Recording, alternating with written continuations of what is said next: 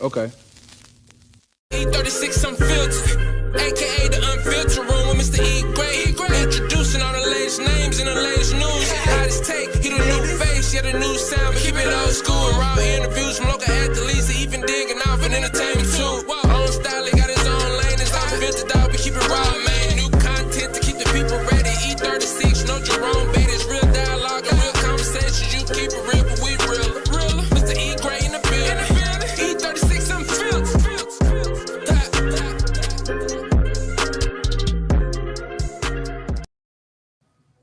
What's up, everybody? How you guys doing, man? We are back on here. Kind of give a little impromptu for everybody who was joining in, a little impromptu game recap, man. You know what I'm saying? Third Saturday in October has always been a rivalry. Not so much these last few years, but here we are. The 15 game winning streak has unfortunately come to a end, as all good things do. They say come to an end at some point in time, and so tonight was that night. Tennessee Vols were able to veil over the Alabama Crimson Tide, 52-49, with a game-winning McGrath, the game-winning field goal as time expired.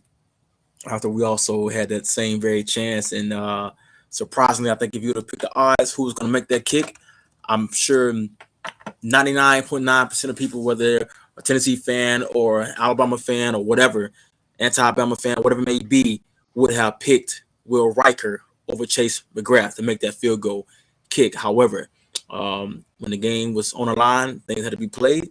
It didn't pan out like that. He made the kick and ended a drought that the Tennessee fans have felt for over a decade. But anyway, with that being said, we're going to kind of quickly talk about it. We ain't going to stay on too long. If you guys come on in here, make sure you hit that like button, hit that share button, subscribe to the channel, E36 Unfiltered. That's a YouTube page we have here, which is also in on YouTube right now. Make sure you guys go and do that, like and subscribe, share, drop your comments, drop your questions, man. I know you're going to have plenty of them, comments and everything. Just keep it respectful, all right? Other than that, I have a man, hadn't had him in a while, man. I had to call him up on a impromptu deal. But man, you see it be a champion. One of my former co-hosts with me, my man Chris James. How you doing? I'm doing good. Well, as good as I can be on this evening. yeah, bro. This was stung. Because it just. So let's go ahead and jump right into it, man. From my point of view, we're gonna start off. What do we think was the catalyst besides the fact that the game breaks down? Give respect where it's due. Tennessee came in. They came in on fire. They came in hot, rocking and rolling. They wasn't, they was ready to play. With the Nittany Stadium, it was packed out, sold out crowd. They was rocking from the top to the bottom all week. And so at the end of the game, they was able to run 52-49. The total yards broke down to Alabama led by literally 2 yards, 569 yards to 567 yards put on by Tennessee. So we are getting about 2 yards, and passing yards 455 to 385. With Alabama leading that way. Rushing yard, they had 182 yards rushing. Alabama had 114 yards rushing. But the biggest difference, 32 first downs by Alabama leading the way, with Tennessee having 29. But to me, the biggest difference was simply the penalties. Alabama left with a school record 17 penalties for 130 yards, compared with Tennessee, who, pretty much played their best game with only 6 penalties for 39 yards. Bama literally gave up an entire football field and some. And again, each team had a fumble loss, and then one team had an interception. And so anyway, that was the catalyst of the game. So I want to hear you guys trying. I want to give that quick breakdown for you all. And as we get it going, drop your questions in the comment section. Chris, I'm gonna get it started out with you, man. What do you think about the game? What do you think was the difference maker? Well, like you said, I will start off in the beginning. They asked Hupel, what you telling your teammates, and he just told them relentless, just be relentless until the end of the game. And Alabama and this team especially in the past few games, we've been getting started a little later than what we should. And I think this game it really caught up with us. Yeah, You know, yeah, even with the transition, think we were down with 18 points. You know, we refocus, make some plays, and then as soon as we get up a point, then it's right back to busted coverage plays. I mean, outside of the penalties, I'm looking at the secondary. I mean, I mean, we atrocious.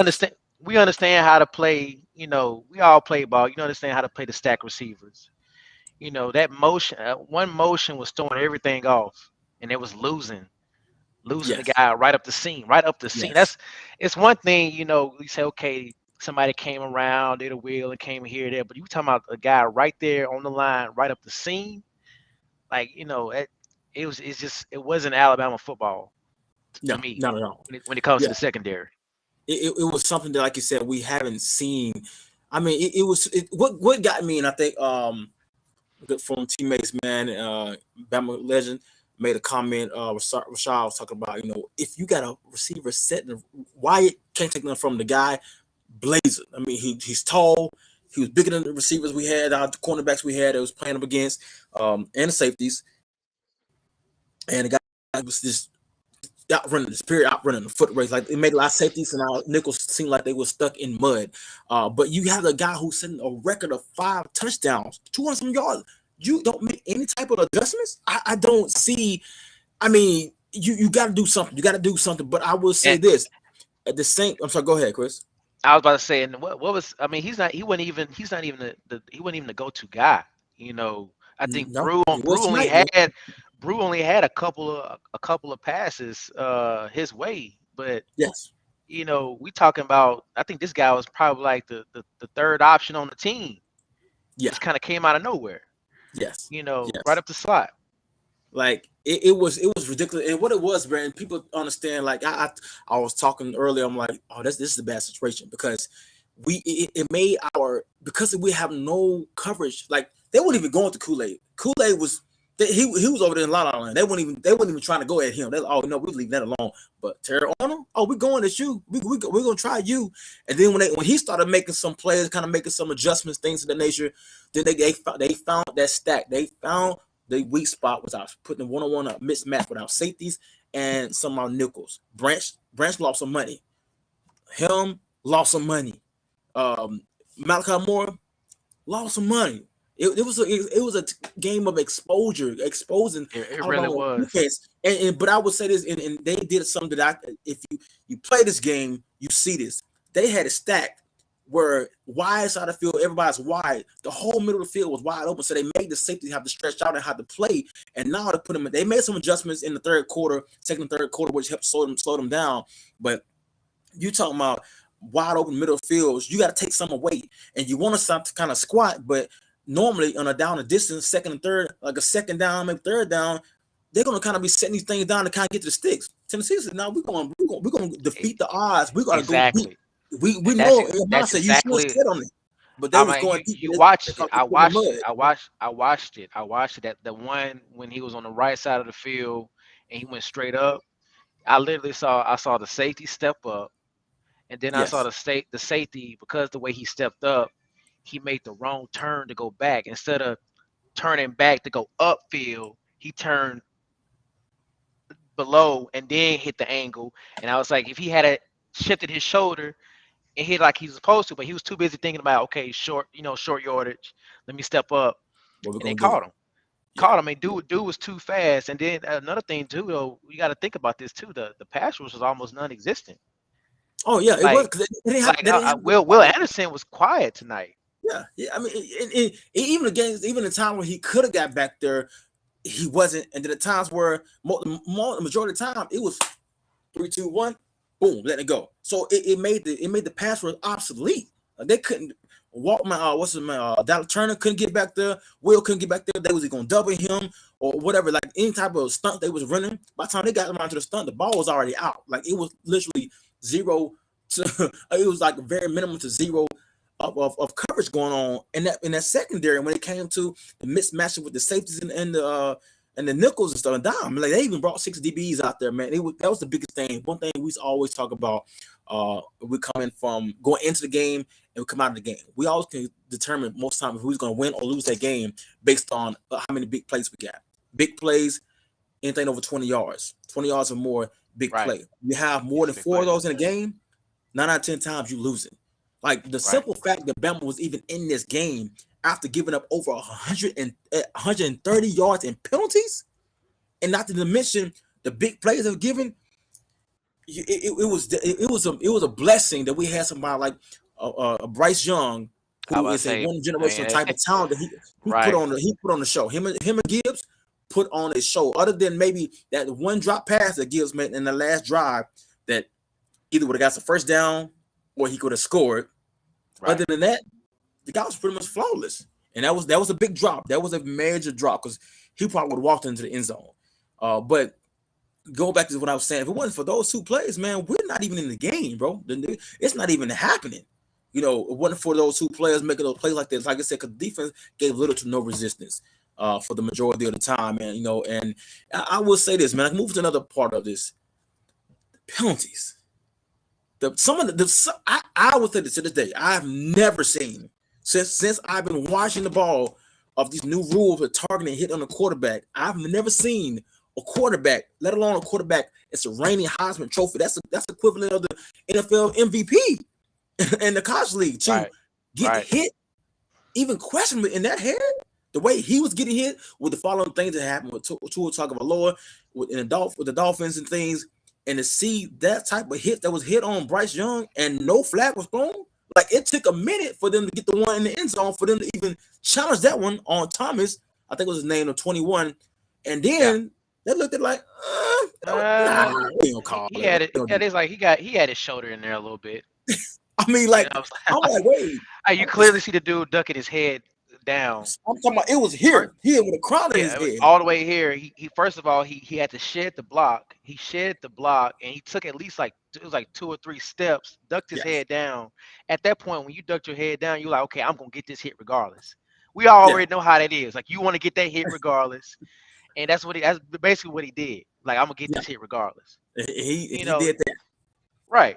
He was ready. I mean, you look at him on the sideline. He was ready to go ahead and take his hat off and go to the side. Like, he was looking like, man, they probably gonna call it. You know, I ain't even gonna, I ain't gonna be mad about it. So I'm like, and then he was ready. You know, they said nope, and he was like, oh, okay, you know. So, but man, it was tough, man. You know.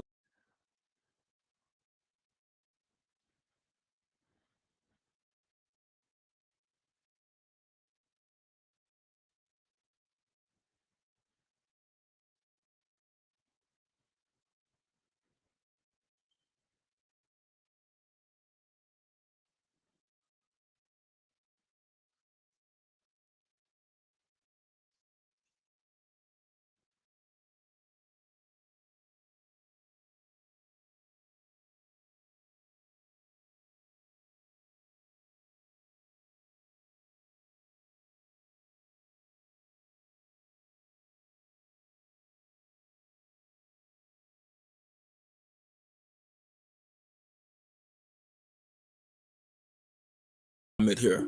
All right, we back. All right. I think we back. We back. All right, Chris, stay with me.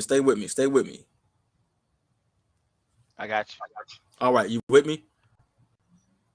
All right, we back. Sorry about that, guys. As I was saying, we are now in a position where you look at that on that third down, which was a major call. I think it's third.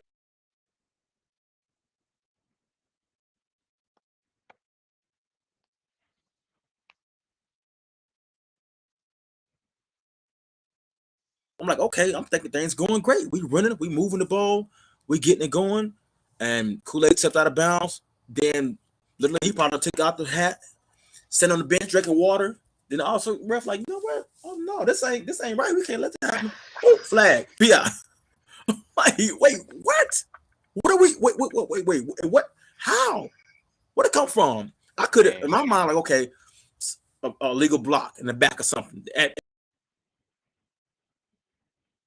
I mean, that's what everybody was thinking. I mean, at first, and I was like, are they really for to call that after waiting for so long? I mean, it makes sense.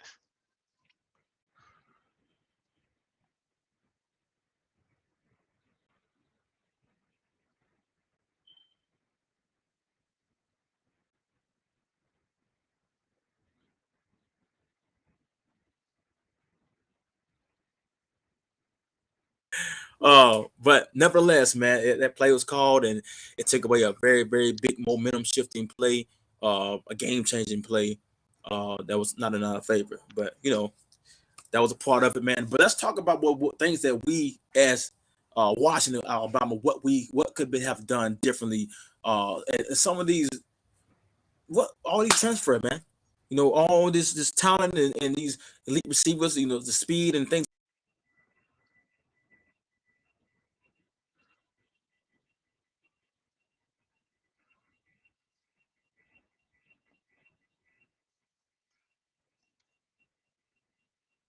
off, have a guy to take the top off the defense. And this is something we haven't had that we first time we haven't had it in probably Saban's tenure. Right. And so that has changed, and that's why Bryce Young has become even more important because now you can see this guy being real surgical and making great decisions in the Man, pocket and being a I, savior for us. But like you said, man, I would give props. I see, the Prentice, that true freshman from Clear High School.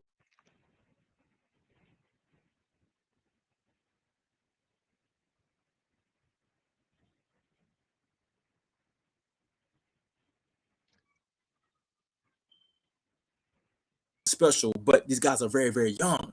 But the Burtons, was it Brooks, Trey Holden? These guys, like Trey Holden, is just questionable on his hands. Like right, he'll drop some, he'll catch some. He's a big right. receiver. He was a guy that was hoping to be able to depend on in the red zone at least, and he hasn't been any of that. Brooks has been able to come up big time and make some I good would say he's been the plays. most consistent, I think, out of all the receivers, at least for this game.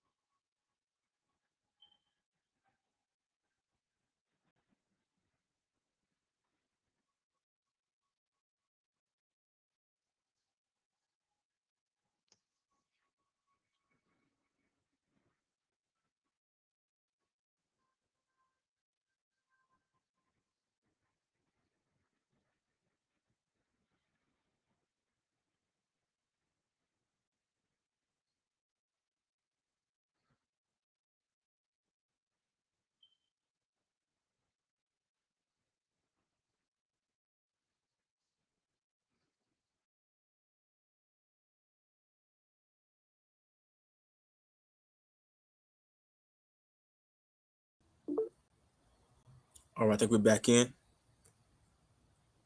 Yeah, we're back in. Okay, okay. I'm not sure now. Make sure, was it the system went out or you went out for a moment? Well, I cut off hit the camera real quick. Okay, okay, no problem, no problem. All right. But continue on, man. Like I said, this is, we are seeing something that a trend I've been seeing lately, where Mike Mike McCoy,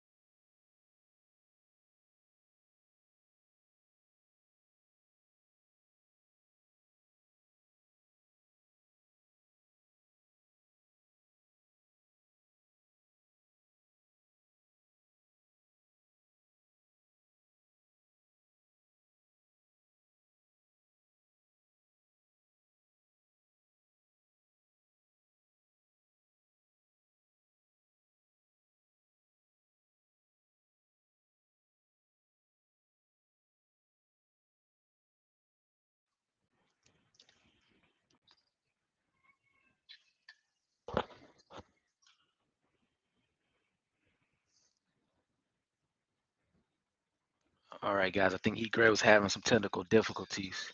But part of what we was talking about was hold on, just the size of the receivers. Um, he was mentioning just the way the game has gone.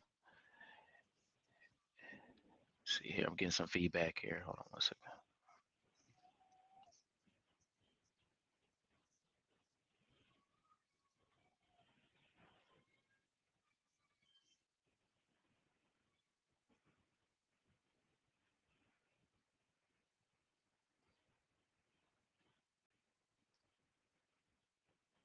All right, I think got it cleared up now.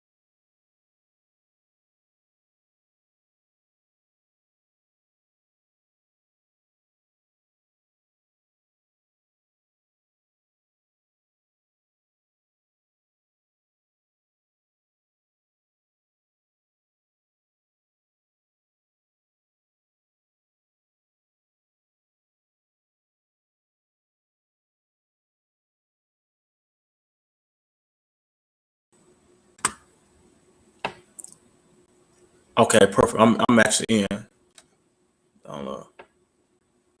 Okay, cool. I'm making sure. Okay, I just want to make sure. I'm finna go ahead and continue on, carry it on.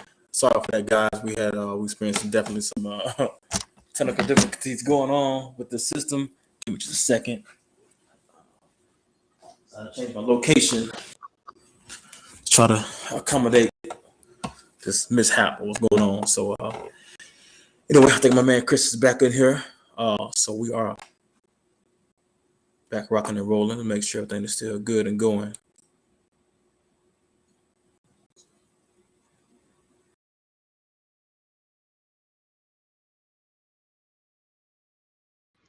Yeah, I'm here. Now I was having some real bad feedback myself on my end.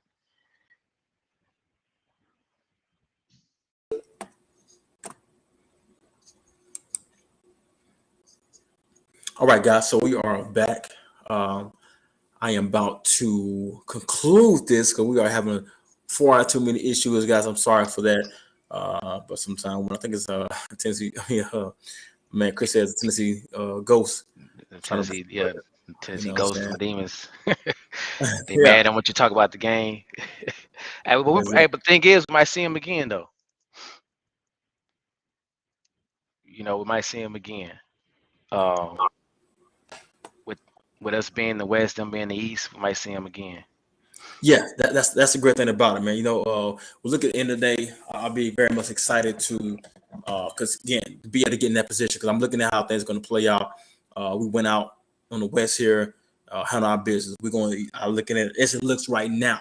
We're going to see either Tennessee or Georgia. Either one. I think that they can definitely have to play each other. So somebody gonna have to take a loss on that game. And so we're gonna get another opportunity, and I think we know better than have a Rocky Top and the Tide back in a rematch for the second time. A rematch to get that game back going. I think we can be more than ready and excited to get that game back rocking and rolling. Like I said, man, we definitely I saw this coming last year. I wasn't overly surprised that they was gonna come out doing what they do. Definitely would have liked for other outcome, but you got to tip your house out to Tennessee, man. Them boys played with no breaks. So they was rolling down the hill with no breaks, and they weren't trying to apply nothing. They're trying to do it because they know this is the opportunity, man. This is the time. You can't play scared. You can't play timid. You got to come on out. You got to come out swinging, go down swinging, and go out with up. You know what I'm saying? So that took that mindset into the game, and I think you can do them respect for what they did and found a way to keep on slinging their punches, keep on staying in it, and they did it. So kudos to them, man, for that type of mindset that they brought to the game. And like I said, man, it just basically Bama's got exposed. Gonna have to hold the end up on that, But I would say this: no one playing that position and that technique that it takes.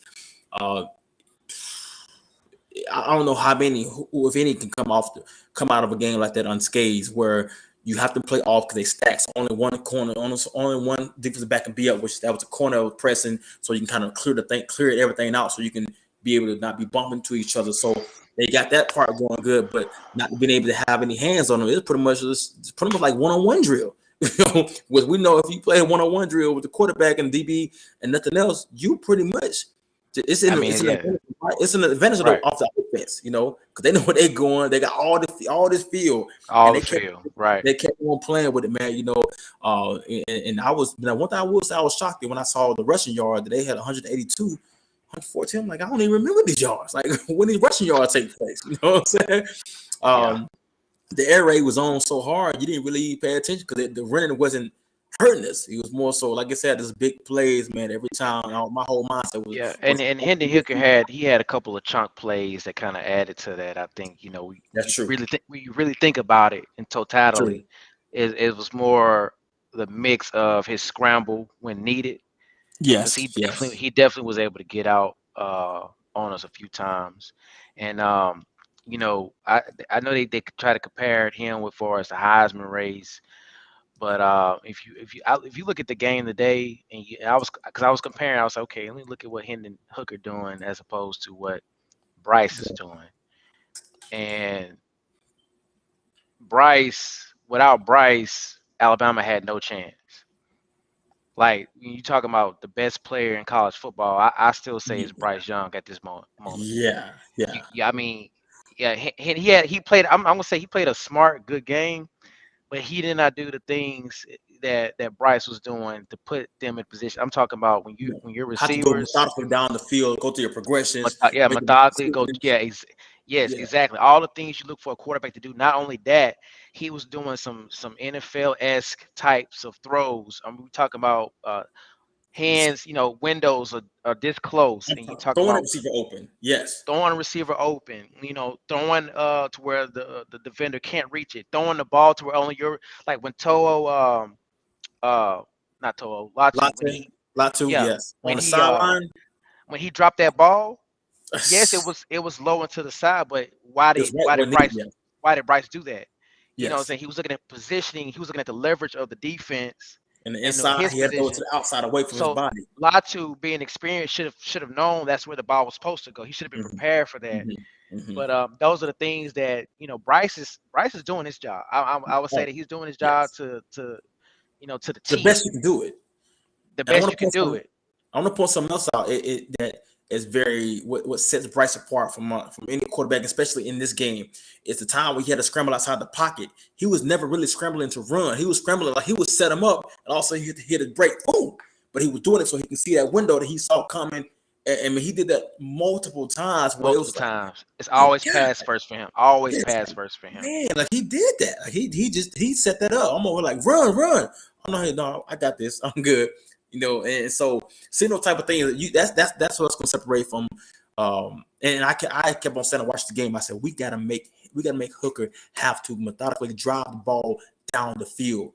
I don't think he can do that without a mistake. And I was right, and it happened. Interception, then also, interception. Then the one time, right? Handle, because that's not his game. They know that's not his strength. That's why they also don't go to the middle of the field too much with him, because that down you get into the traffic, you get into the danger. That uses his big arm, and that spread the field wide open. Uses his big arm, big receivers, and also give him better running lane, so he don't have to worry about much blitz coming right through the gut, which makes a difference, makes a huge difference. So all these things, man. So there's many adjustments that can be made But I would say this. I was also somewhat surprised to see a Nick Saban team not only be penalized as much as they were, but just got to be clear, it wasn't always bad calls.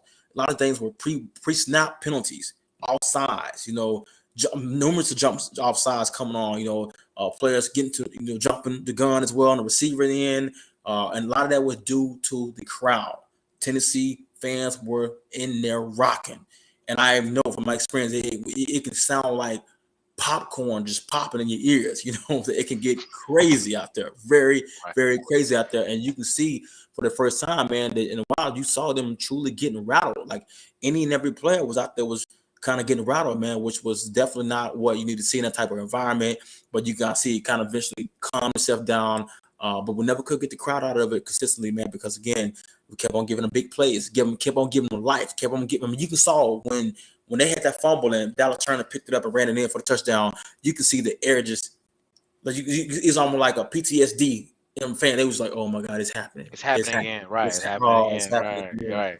And and that was our chance, man. And then especially when the interception took place, like, oh, that's it, it's over. But we never could put the nail in the coffin, man. And for whether play calling, penalties, and then they can call and people can put it on the play calling all they want to. In the day, it ain't if you can't cover it, I don't care what type of defense you call. You can make some type of adjustment, but you can't get out there and make them make the plays. Point blank, Right. period. I mean, point blank. Well, it don't matter what you run. If even they decide to run cover 4, they was running the cover 3. All I know is that safety in the middle, ain't nobody supposed to get past you. So it don't matter if he had to go one side of the field to the other side of the field. He had that area, and the people, the receivers were behind him every time. So it's like it's no excuse. We're going. It's in my mind, look, in my mind, it's like, okay, Kool-Aid, they ain't winning him all game. 9 out of 10 times, mean they probably not gonna go to his side. So let me open my hips up. Let me go ahead and cheat and open up my hips this way. And I'm gonna say, okay, Kool-Aid, bro, I'm gonna trust you. Handle this business. Handle this. All right, But you're gonna stay on top. So I'm gonna be over here. I'm gonna be on top. One thing I'm gonna be over top, and they ain't gonna get over our heads. I got y'all. Worst case scenario, they may throw a target to foul on me, but I'm knocking this ball down. Whatever it may take, I'm knocking this ball down. And I think, like I said, that what was so. It kept on just kind of getting under your skin, like, wait, this is supposed to be the veteran last position. Our 2 safeties, All-American, came back for another year, and this game was not a great showing for the draft status stock. Or just to, and like I said, you look at this man. People got to look at this. Look on down the road. Let's move to another transition of we got at Mississippi State. I think they're down right now. They're struggling with Kentucky, but they watching this tape. Mike Leach is going to watch this tape. Now, do they got the burners that I've seen that the Tennessee has? No. Are they going to completely revamp their offense to be able to try to beat us and do that? I don't think so, because he's confident enough, and every offensive coordinator should be confident enough of what they're doing that it can still work. But there can be some rips and wrinkles that can be thrown in there, and not to mention you got Lane Kiffin coming down here. He's it ain't no telling what he'll do. With his offense and his quarterback. He got a running quarterback. He got a threat as a running quarterback as well. Athletic, throw that ball. They got some receivers. They got a good running game. Man, so these things, they gonna take this tape back home and see where they can be able to get their safeties and some of them nickels in space and keep on going. And they gotta go ahead and tear it on them. They better go ahead and get ready for it. People, bro, it's not the first or second game that's been happening. Every team that has a chance, they going at you. So you're gonna have to pitch your big boy draws on at some point in time. Now I can't say that he hasn't battled. He's been out there, he's been battling, but you gotta at some point in time, you gotta set a standard. You gotta set you're setting your foot in the sand and be like, look, y'all can stop trying to pick on me now. Y'all come this way, give me some pick six. That's what we're gonna get.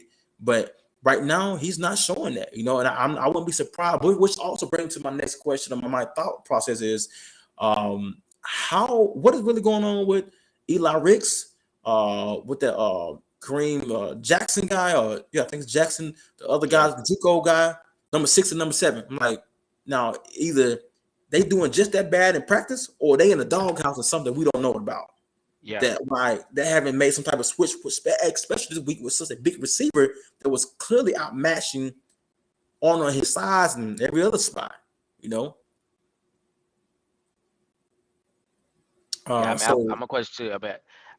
That's that's one of those things where it's like, okay, what's really going on behind the scenes, especially busted play after busted play, at least for, a different look. Um, but I can't really speak for, saving thought process with that, other than, I believe he trusts, and you probably could speak to this more than I can, but I believe he usually trusts who he puts out there unless he really sees something that's just, outlandish. I think, like I said, some positioning, leveraging. We were outflanked when we shouldn't have, and it's Yes. almost like we were slightly confused with some simple motions. I mean, if you look at the overview, so it's like, okay, at what point do we say, that you need to maybe step out for a second, Yeah. rethink, That's regroup.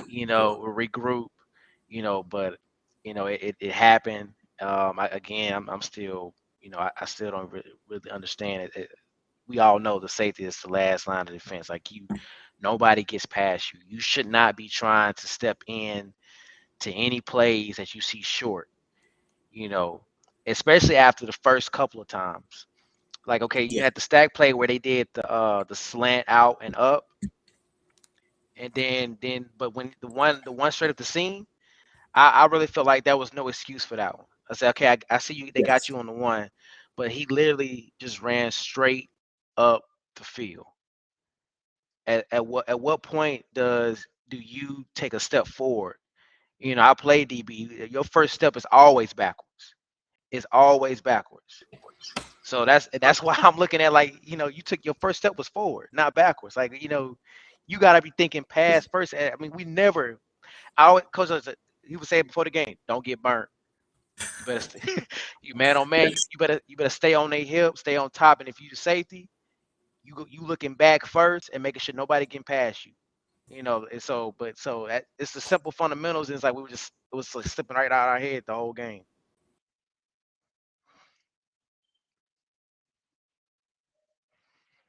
But it's gonna be interesting when we get up with Mississippi State.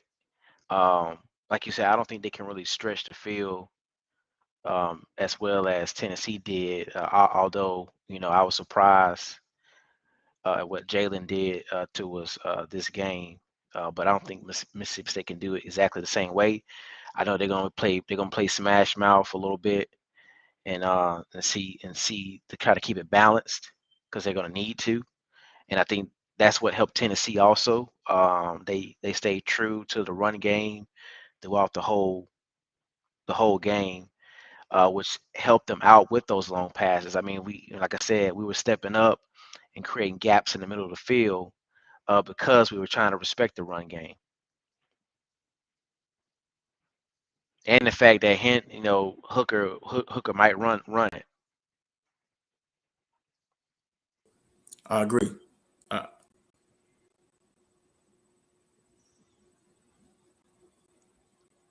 So, uh, you know, staying balanced really helped Tennessee out. And yes. I think that's, again, I'm just gonna reiterate that kept us honest, but at the same Yes. time, it caused I think it kind of played in the heads of our DBs too. Uh, Yes.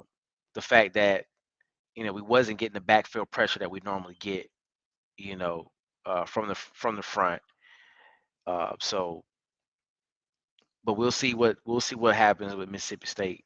I think it's imperative that we have a good game against State, uh, a good confident game as far as margin and how we play as we move forward, because things are about to get tight, real tight, when it comes to It's a challenge. getting ready for the championship.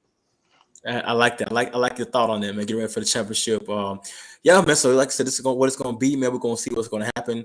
You either gonna rise up or you're not. It simply boils down to it. You're gonna rise up to the challenge.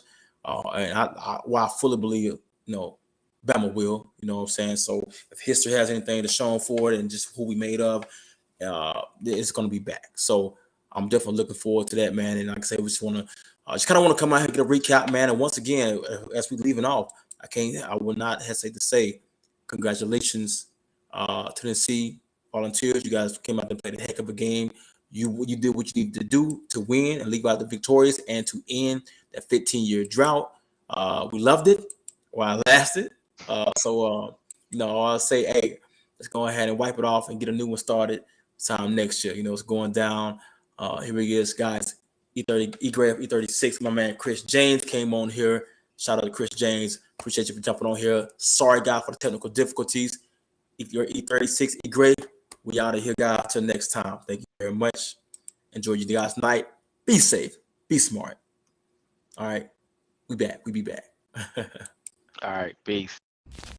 36 Unfiltered, aka the Unfiltered Room with Mr. E-Grade. Introducing all the latest names in the latest news. Hottest take, he the new face, yeah, the new sound, but keep it old school and raw interviews from local athletes, even digging off and entertaining.